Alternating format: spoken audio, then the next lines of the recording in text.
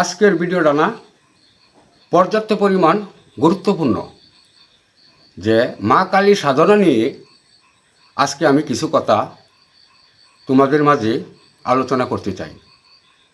কারণ যাদের হাতে সময় আছে তারাই হয়তো আমার কথাবার্তা শুনতে পারো, আর যাদের হাতে সময় নাই তারা হয়তো আমার কথাবার্তা নাও শুনতে পারো, আমার ভিডিও থেকে স্কিপ করে চলে যেতে পারো। কারণ দেখো, সবথেকে বড় বিষয় হচ্ছে, তোমরা হয়তো অনেকে আমাকে অনেক কিছু কথা বলতে পারো যে ভাই, যারা সাধুরা সাধনা করে, সাধনা নিয়ে আলোচনা করে, তাদের কপালে তিলক থাকে, লাল মারহিন থাকে, গলায় মালা থাকে, তে আপনার এই অবস্থা কেন? রামকৃষ্ণ ঠাকুর একটা কথা বলেছিলেন যে রাস্তার পাশে যে নুড়ি পাথরগুলো থাকে, এই নুড়ি পাথরও যদি মন থেকে খোঁজা যায় তো এই জায়গায়ও কিন্তু ঈশ্বরকে পাওয়া যায়। সেটা আমার মুখের কথা না, রামকৃষ্ণ পরমদেব উনি কথাটা বলে গেছিল। তো সব হইল যার যার মনের ব্যক্তিগত বিষয়। আমি আজকে যে বিষয়টা নিয়ে কথা বলবো, অনেকেই আমার কথাগুলো শোনার পরে আপনাদের ভুল হয়তো ভাঙতে পারে। মা কালী যদি আমার মা হয়, তারে যদি আমি পাইতে যাই, অবশ্যই একটু সাধনার দরকার আছে। অল্প কিছু সাধনার ক্ষেত্রে আমার সামনে কেন বিপদ আসবে? কিছু কিছু সাধুরা যে বলে যে মা কালীর সাধনা করতে গেলে পর্যাপ্ত পরিমাণ সামনে ভয়ঙ্কর ভয়ঙ্কর বিপদ আসে, এই ধরনের কথাগুলো বলে তোমাদেরকে তারা ভিডিওতে ধরে রাখার জন্য এরকম ধরনের কথাগুলো তারা বলে। তো সবথেকে বড় বিষয় হলো কোনটা, যে যারা যারা তন্ত্রক্রিয়া নিয়ে চ্যানেলে ভিডিওগুলো আপনারা আপলোড করেন, আমাদের যে পরবর্তী সময়ে যে ছেলেপেলে রাইট আছে এই পৃথিবীতে জন্মগ্রহণ করি, তাদেরকে যদি আপনারা উৎসাহ না দেন, সাহস শক্তিটা না যোগায় দেন, তো আমাদের এই সনাতন ধর্মে তারা উৎসাহ কোথায় থেকে পাইব, বা আমাদের এই ধর্মের বিষয় নিয়ে তারা কেমনে কাজ করব? কারণ আপনারা কিছু কিছু লোক আছে যে এরকম এরকম মা কালীর সাধনা নিয়ে কথা বলেন, মানুষ আপনাদের কথা শোনার পরে রাত্রে দরজা খুললে প্রস্রাব করতে চাইলা। সব থেকে বড় বিষয় হলো কি, আমি বড় বেশি একটা সাধু না। আমাকে অনেক মানুষের সাধু বলে কথা বলে, এটাই আমি জানি। আমার অরিজিনাল নাম হীরা দেবনাথ হীরা। আমাকে বেশি কালী সাধু করে ডাকে। তো এই জন্যই আমি কালী সাধু হয়ে গেছি না। মানুষের কাছে আমি সাধু, আমার তারা মায়ের কাছে আমি সাধু হইতে পারি নাই। আমি হয়েছি কি না হয়েছি এটা আমি জানি না, এটা আমার মাই জানে। তো মা তারা সাধনা আমিও করেছি ভাই, মা তারা সাধনা না আমিও করেছি। ওইলে মায়ের সাধনার ক্ষেত্রে আমি কোনো দিন কোনো জায়গায় আমার কখনো কোনো সময় বিপদ হয় নাই, আর কোনো সময় আমার কোনো সমস্যাও হয় নাই।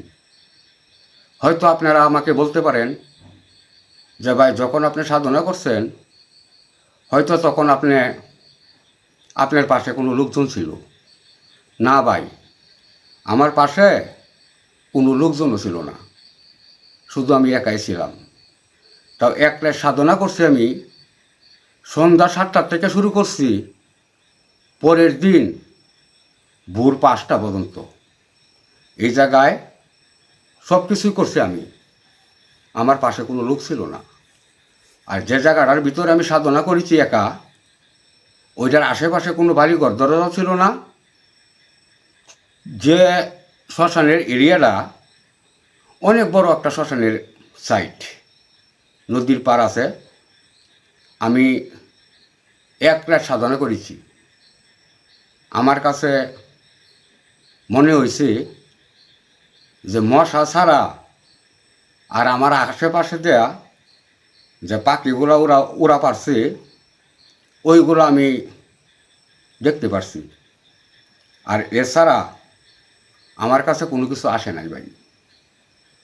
এই যে কিছু কিছু মানুষ তোমাদেরকে মা কালী সাধনা নিয়ে মানে কী যে একটা বীজমন্ত্র তোমাদের কানে ঢুকাইয়া দেয়, আমি এইসব জিনিস আমার কাছে ভালো লাগে না। তো এই জন্যই আমার কথাবার্তা যদি তোমাদের কাছে ভালো লাগে, আমার ভিডিওটা বেশি বেশি শেয়ার করে দিও। কিছু কিছু মানুষের উপকার অবশ্যই আসতে পারে। আমার জীবনে মা তারা সাধনা করি, আমার জীবনে আমি যে সব জিনিস হারাইছি, এই পৃথিবীতে যদি কোনো সাধক থেকে থাকে উনি আমাকে কমেন্ট বক্সে কথা বলে যে লাল কাপড় পরে মাথার মধ্যে রঙের রঙের তিলক লাগাইয়া ত্রিশূলটা হাতে নিয়ে 2-4-5 জন মানুষ সামনে রেখে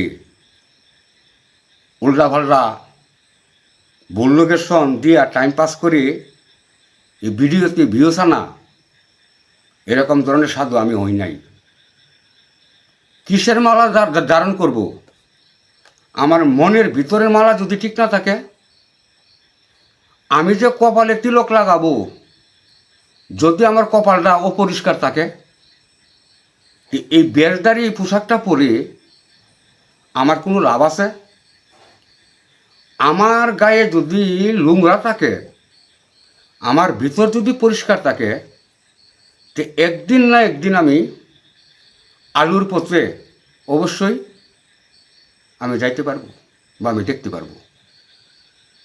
আর বেশধারী পোশাক পরে আমি কোনো দিন আলুর পথে যাইতে পারবো না। কথাটা মনে রাখবেন। মা কালীর সাধনায় যারা যারা এই ধরনের কথাগুলো বলে যে কালী সাধনা করতে গেলে মানুষের মৃত্যু হয়, মানুষের ঠ্যাং ভাঙা যায়, মানুষের উপরে গাছের ডাল মেলে মারে ফেলাই দেয়, শ্মশানো দিনের পর দিন ঘুরতে থাকতে হয়, বইয়ে থাকতে হয়, রান দেখাইতে হয়, এটা ভাই বুয়া, এটা ভাই বুয়া। আপনারা একটা জিনিস লক্ষ্য করে দেখবেন, কিছু কিছু বেহায়া মানুষ আছে, এই বেহায়া মানুষগুলোর কাছ থেকে আপনারা একবারে অনুরোধ করে বলছি আমি, তাদের কাছ থেকে আপনারা অনেক দূরে থাকবেন। এইসব মানুষরা কোনো দিন আপনাদের উপকার করতে পারবে না, সারাটা জীবন আপনাদের ক্ষতি করবে। কীরকম ধরনের মানুষ? কিছু কিছু মানুষ আছে তারা বলে প্রতি শনিবার আর প্রতি মঙ্গলবার মা কালী নাহি তাদের উপর ভর করে, আর তাদের উপর যখন ভর করে তখন কিছু কিছু টাইম আছে, এই টাইমটি আবার তারা বইলা দেয় সন্ধ্যা 7টায় আর নাইলে সকাল 11টায়। কারণ সকাল 11টায় যে টাইমটা দেয়, বিভিন্ন ধরনের মানুষ এখন বিজ্ঞানকে বিশ্বাস করতে চায় না। ফু, কবচ, তাবিজ, একটা গাছের ডাল ভাঙ্গা, এটা তারা বিশ্বাস করে। আরে ভাই, তোমরা যে এরকম ধরনের বিশ্বাস নিয়ে বসে আছো, তোমরা নিজেকে নিজে একবার ভেবে দেখো। একটা কথা মনে রাখবা, মানুষের সব কিছুই কিন্তু মানুষের জন্য করতে পারে, ওইলে মানুষে কোনোদিন মানুষের ভাগ্যটা পরিবর্তন করতে পারে না। আর এই ভাগ্যটা পরিবর্তন শুধু করতে পারে কেডা? উপরে যে একজন বসে রয়েছে, মহান সৃষ্টিকর্তা, উনিই কিন্তু পরিবর্তন করতে পারে। মানুষের কাছ থেকে মানুষের সব কিছু নিতে পারে, মানুষের ভাগ্য, মানুষের আধ্যাত্মিক জগৎ, এটি কিন্তু বাই কেউ নিতে পারে না। সব থেকে একটা জিনিস তোমরা লক্ষ্য রাখবা, একজনের সাথে একজনের যদি একটু কাজে লাগিয়ে পড়ে, তোমরা কি করো যে কোন জায়গায় কালী সাধক আছে ওই জায়গায় গিয়ে ভিড় করো, নিজে না খায়া টেকাগুলা ঘরে জমাও, আর ডিব্বরাত থেকে টেকাটি খাবলা মেরে নিয়ে কিছু কিছু তন্ত্রক্রিয়া যারা করে এইসব মানুষকে টিপ মারিয়া অর্থগুলা দিতে থাকো, আর তারা এই অর্থগুলা নিয়ে তোমাদেরকে দিনের পর দিন খিরায় খাইতেছে। তোমার বাড়ির ভিতরে কাজে লাগছে, ওই লোকটা যেহেতু মা কালীর নাম বলতেছে, মা কালীর সাধক যারা, এরা জীবনে কোনোদিন মানুষের ক্ষতি করতো না। একটা সংসারও থাকতে গেলে কাজা ঝগড়া হইতেই পারে। এই জন্যই যে টাকা পয়সা খরচ করি, যারা মা কালীর সাধক আছে তাদের কাছে গিয়া আপনি ভান মারবেন, আপনি এই করবেন সেই করবেন, আর এই সাধু এরমভাবে আপনারে ঘিরে ধরব, আপনি পারবেন না আপনার সমস্ত সম্পত্তি তারা লিখে দেওয়ার জন্য। এই ধরনের লোকের থেকে আপনারা সরে থাকবেন। মায়ের সাধনা যারা করেছে এই পৃথিবীতে, হয়তো আমার বয়স কম, আপনারা হয়তো আমাকে বলতে পারেন যে আপনার এতে এতদিন আমি দেখি নাই। মানুষ একটা কথা বলে, নকল সাধুর অভাব নাই, আসল সাধুকে খুঁজে পাওয়া কঠিন দায়। আমি বলি না যে আমি আসল সাধু, যে কথাটা আমি বলতাছি, প্রতি শনিবারে আর প্রতি মঙ্গলবারে যে সব মানুষের উপর মা কালী ভর করে, এই ধরনের মানুষের কাছ থেকে আপনারা, আমি হাত জোর করে বলছি, আমি হীরাদেব না থিরা, আপনারা দূরে সরে থাকবেন। না হলে আপনাদের জীবন পথে পথে আকাশে আকাশে বাতাসে বাতাসে এরা ঘোরাবি, আপনাকে সারখার বানিয়ে দিবি। মা হইল আদ্যাশক্তি মহামায়া। মা তো শুধু আমার জন্য একা না, সকল এই পৃথিবীতে যতগুলো প্রাণী আছে সবার জন্য সে মা। তে মা কি করে সন্তানের ক্ষতি করব? আপনারা কি অন্ত আমার মুখ খারাপ করে আপনাদের সাথে কথা বলতে হয়? একজন মা তার সন্তানকে কি করে ক্ষতি করবে? একটা ফ্যামিলিতে মানুষ থাকতে গেলে কাজা ঝগড়া হয়।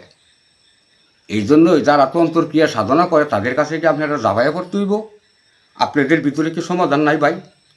আপনাদের দুনিয়াটা কয়দিনের দুনিয়া ভাই? হ্যাঁ, কয়দিনের দুনিয়া? আমরা কয়দিনের জন্য এই পৃথিবীতে আসছি? আমরা পৃথিবীতে আসছি একটা স্বপ্নের মতো সময় নিয়ে, আর এই সময়টার ভিতরে অনেক মানুষ মানে নিজে আত্মহত্যা করতেছে, নিজের সংসার ত্যাগ করে চলে যেতেছে। সবসময় একটা কুরুক্ষেত্রের যুদ্ধ তারা সংসারের ভিতরে লাগাই রাখতেছে।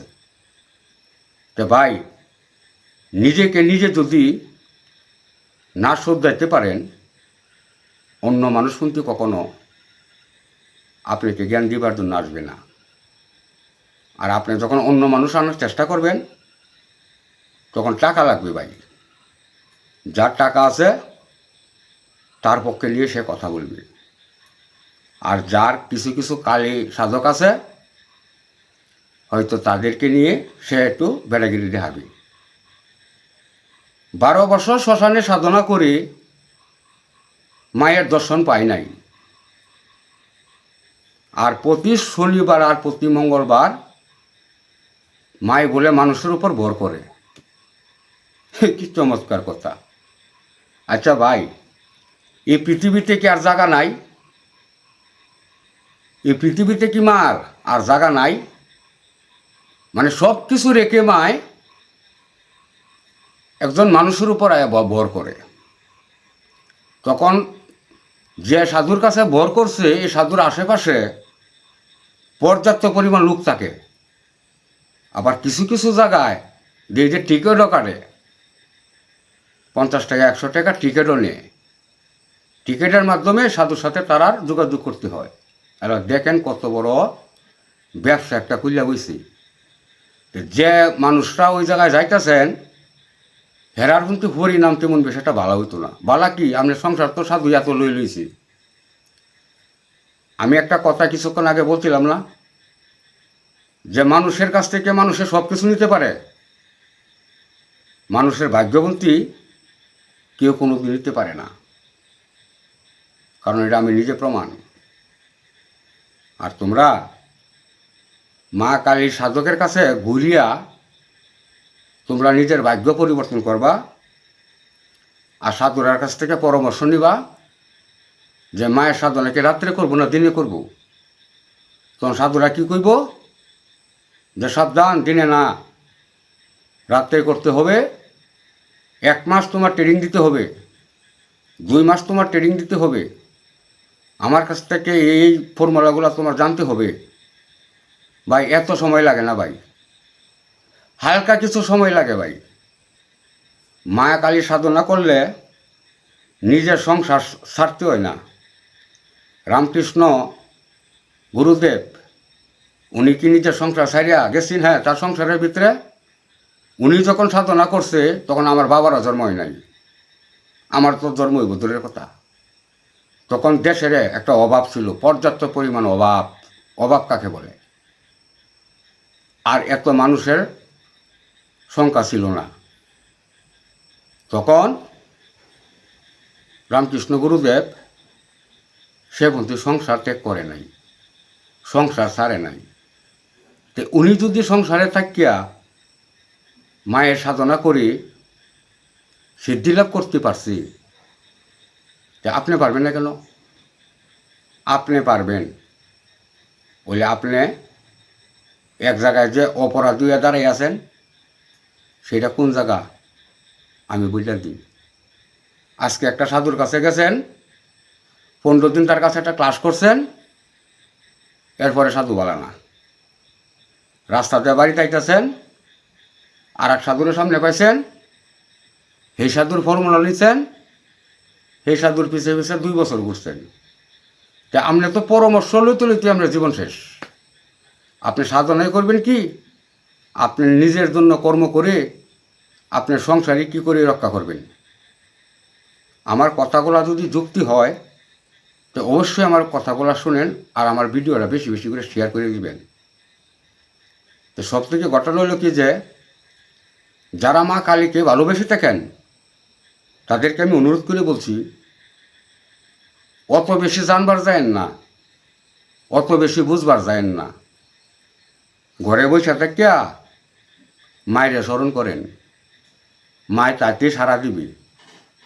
আর ভাগ্য যদি ভালো থাকে হয়তো আপনার সামনে দেখা দিতেও পারে।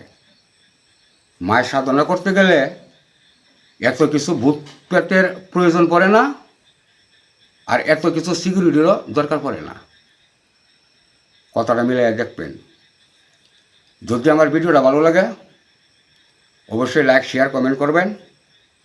অবশ্যই তোমরা আমার পাশে থাকার জন্য চেষ্টা করবা।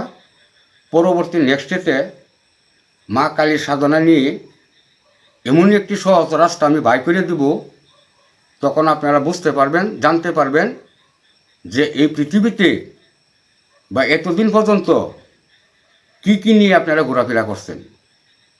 যদি আমার কথাগুলো ভালো লাগে আমার ভিডিওটা শেয়ার, লাইক, কমেন্ট করে দেবেন। অবশ্যই আপনারা আমার পাশে থাকবেন। সবাই ভালো থাকেন, সুস্থ থাকেন, সেটাই হলো আমার কামনা। সবার কাছ থেকে আমি এখন বিদায় নিছি, আমি এখন চলে যাব।